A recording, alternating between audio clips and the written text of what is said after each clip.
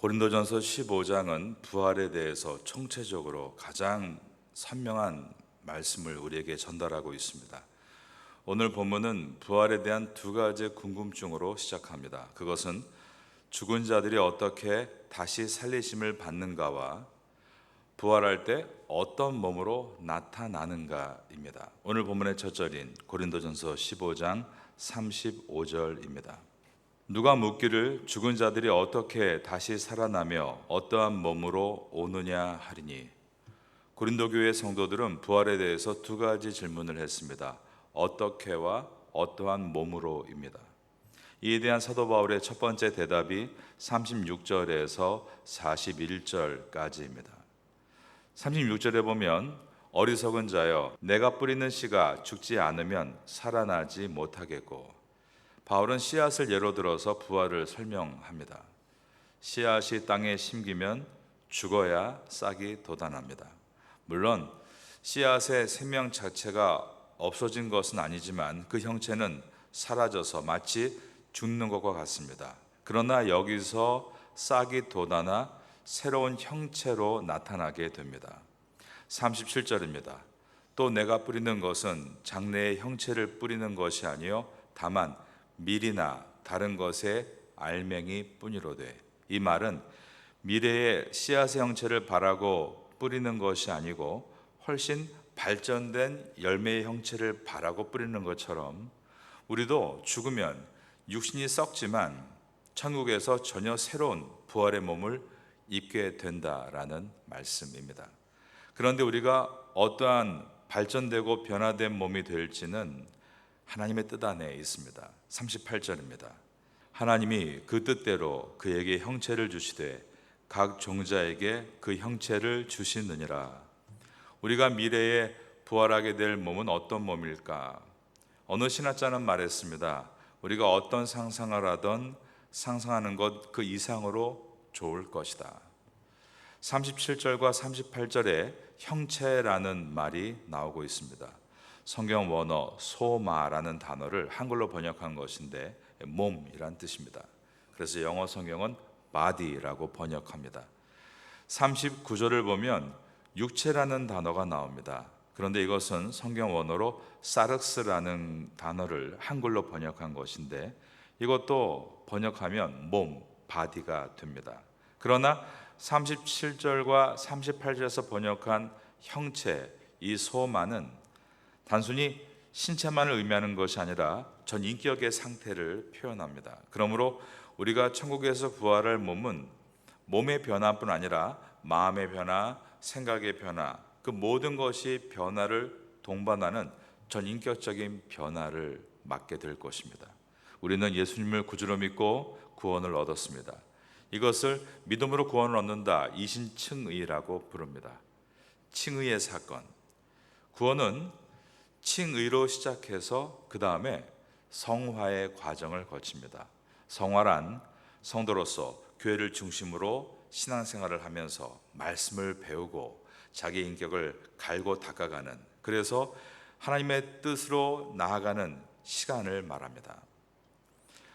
구원은 칭의와 성화를 거친 다음에 마지막 영화의 단계로 들어갑니다. 영화는 하나님의 나라에서 완성이 되는 마지막 단계입니다. 그때 우리의 마음과 생각과 육체가 얼마나 아름답게 변할지, 한 신학자의 말과 같이 우리가 어떠한 상상을 하건 그 상상 이상의 아름다움이 우리 앞에 펼쳐지게 될 것이다. 우린 이것을 생각해야 하는 것입니다.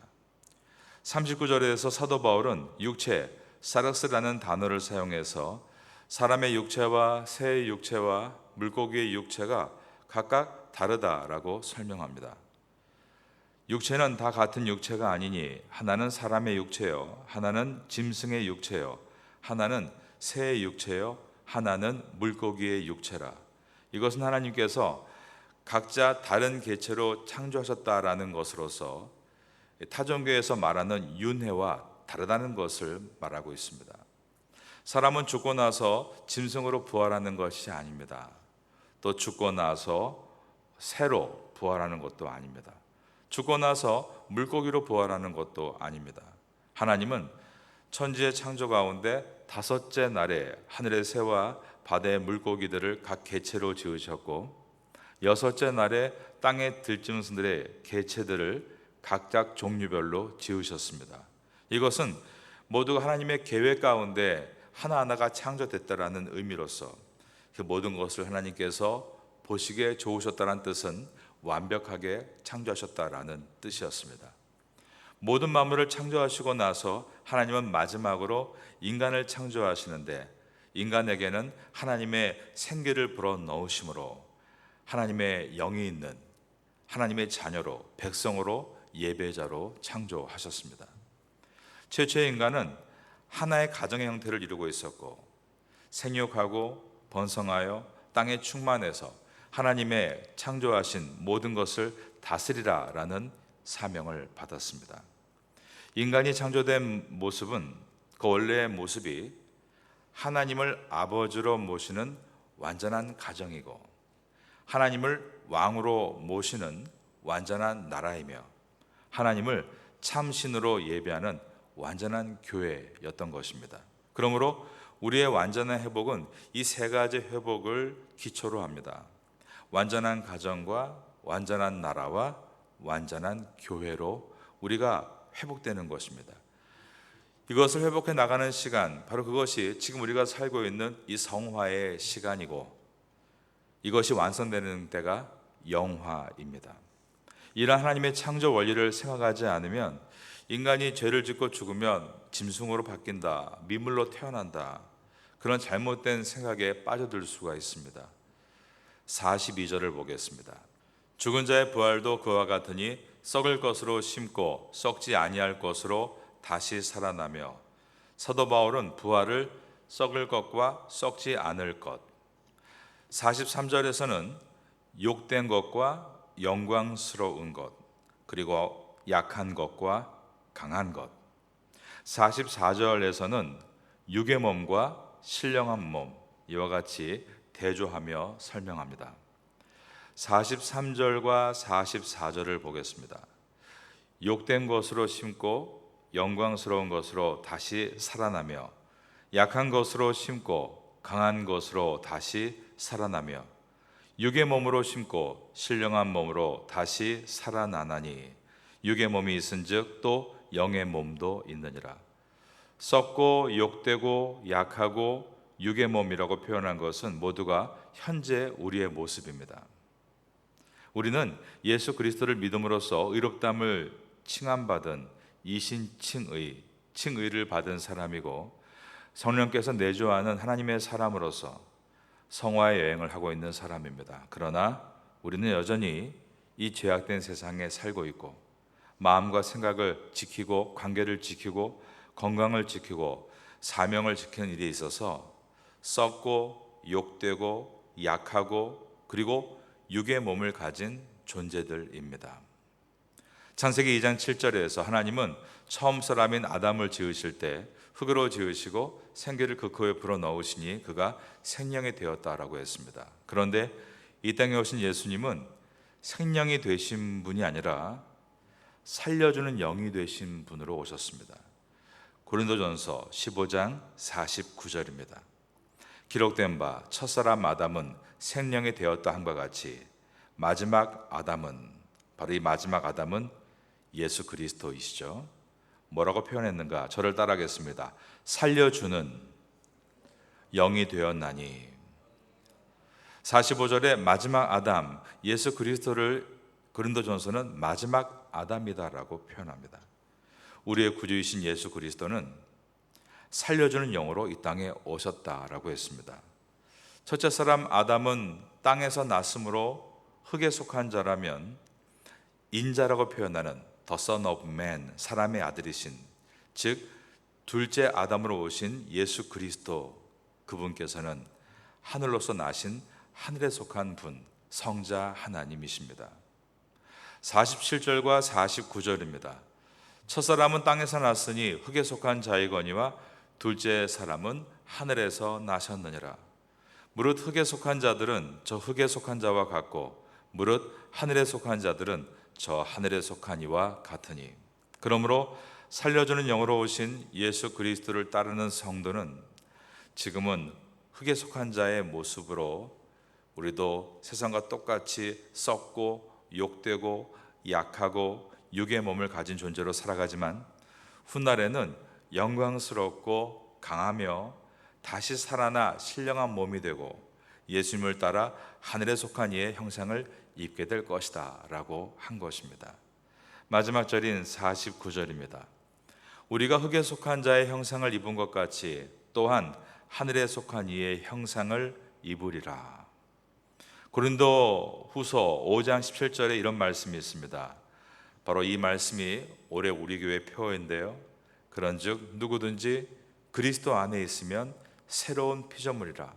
이전 것은 지나갔으니 보라 새 것이 되었도다. 이 말의 뜻은 예수 그리스도를 구주로 믿는 우리는 훗날 그곳에서만 새로운 피조물로 살아간다는 것이 아니라 지금 이곳에서 파타야에서 새로운 피조물이 된 것을 깨닫고 살아가야 한다라는 뜻이 바로 그런즉 누구든지 그리스도 안에 있으면 새로운 피조물이라.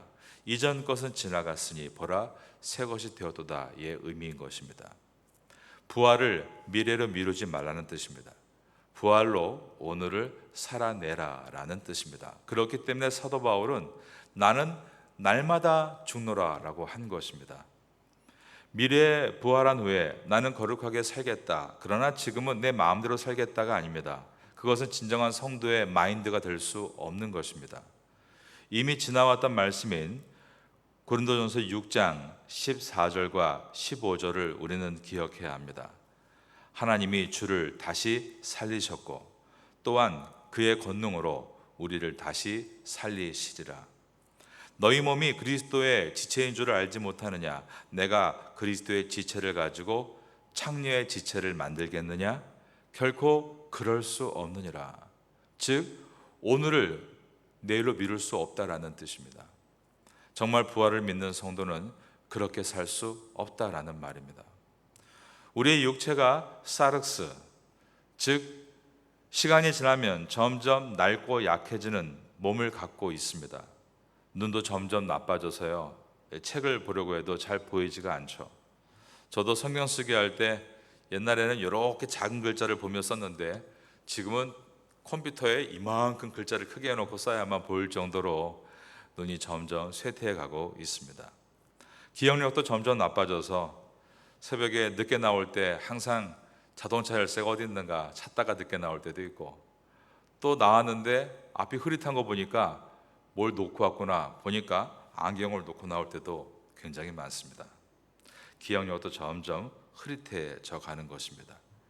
심지어 운동신경도 너무 많이 떨어져서 한번 넘어지면 회복이 어렵고 손목이 삐끗하면 한 달씩 가는 그런 옛날과 다른 육체를 경험하면서 낙심할 때도 있습니다. 어르신들이 한번 넘어지면 그분의 수명과 연결될 정도로 얼마나 큰 타격을 오고 있는지 우린 교회에서 많이 보게 됩니다. 이처럼 몸과 기억력은 점점 쇠퇴하는 것입니다. 바로 이것이 사르스라는 단어입니다. 그런데 인간의 인격과 관계되는 소마라는 단어는 그것은 쇠퇴하는 것이 아니라 점점 성숙해 간다라고 말씀합니다. 옛 인격이 말씀과 함께 삶을 지나가면서 변화를 겪는 것입니다. 이 성숙은 그리스도인의 구원을 향해 가는 여정인 성화, sanctification입니다. 사도 바울은 건강한 분이 아니었습니다. 그의 말을 빌리자면 육체에 가시가 있어서 멀리 여행을 가거나 사람들 앞에 일하기에 굉장히 어려운 조건을 갖고 있던 분입니다. 그러나 그는 고린도후서 4장 16절에서 그러므로 우리가 낙심하지 아니하노니 우리의 겉사람은 낡아지나 우리의 속사람은 날로 새로워지도다 라고 고백하며 어느 젊은 사람 못지않게 똑똑한 사람 못지않게 자신에게 맡겨진 하나님의 사명을 끝까지 감당했습니다. 부활을 내일로 미루지 않고 오늘 살아낸다는 뜻은 그리스도 안에 있는 나는 새로운 피조물, 즉 부활의 존재인 것을 오늘 믿고 주어진 그 자리에서 내 남은 손과 발로 이웃을 섬기고 사랑으로 봉사하는 것입니다. 그것이 미래에 있을 부활을 믿고 현재의 부활 신앙으로 살아내는 가장 분명한 표징인 것입니다. 부활 신앙을 가진 자답게 여러분들은 기회가 있다면 봉사의 자리에 서십시오. 사회에서 봉사의 자리가 있다면 거기에 참여하십시오. 기회가 없다면 교회에서 다음 세대를 위한 교회 학교에 보조교사로 들어가서 봉사하고, 또 교회에서 하고 있는 장애인 사역에 자원봉사자로 신청하고, 또 주간 돌봄센터 주봄대회를 할 때 거기에서 작은 일이라도 몸을 가지고 봉사를 하십시오. 봉사는 내가 비용을 들여서 하는 것입니다. 봉사자들이 서로가 자기 사비를 들여서 음료수도 사서 나누어 주고, 또 어려운 이웃들을 위해서 행사를 할 때 적은 비용이라도 꼭 보태서 섬기는 기쁨을 더해 가십시오. 바로 이것이 미래에 우리 몸의 부활을 믿는 성도가 오늘 나의 몸을 가지고 해야 될 일들이라는 것입니다. 오늘 본문의 마지막 절인 15장 49절을 한번 읽겠습니다. 우리가 흙에 속한 자의 형상을 입은 것 같이 또한 하늘에 속한 이의 형상을 입으리라. 작은 씨앗이 땅속에 들어가 썩어 다시 땅 밖으로 나올 때는 그 조그만 땅콩 같은 씨가 아니라 푸르른 줄기를 뻗으며 장미꽃 넝쿨을 이룹니다. 이 하늘의 씨앗이 꽃 넝쿨이 되는 하나님의 역사는 놀랍습니다. 바로 창조주 하나님의 놀라우신 역사입니다. 우리의 죽은 몸 역시 아름다운 부활로 일어나게 될 것입니다. 우리 몸이 죽어 땅에서 썩어 먼지가 되어도 하나님은 그것을 불러 완전한 형태의 소마, 즉 완전한 인격체, 몸과 모든 마음과 생각이 이루어진 성화의 존재로 만들어 내실 것입니다. 그날을 소망하며 우리는 2026년 올해의 하반기도 성화를 위해 믿음으로 달려갈 것입니다. 그리고 여러분은 이 태고 땅에서 하나님께서 계획하신 그 놀라운 일들에 아름답게 쓰여지게 될 것입니다. 또한 여러분의 그 수고는 절대로 그 정신은 거기서 멈추지 않고 여러분의 후대로 이어지게 될 것입니다. 그런 아름다운 이 땅에서 부활을 꿈꾸는 성도가 되시기를 예수님의 이름으로 축원합니다.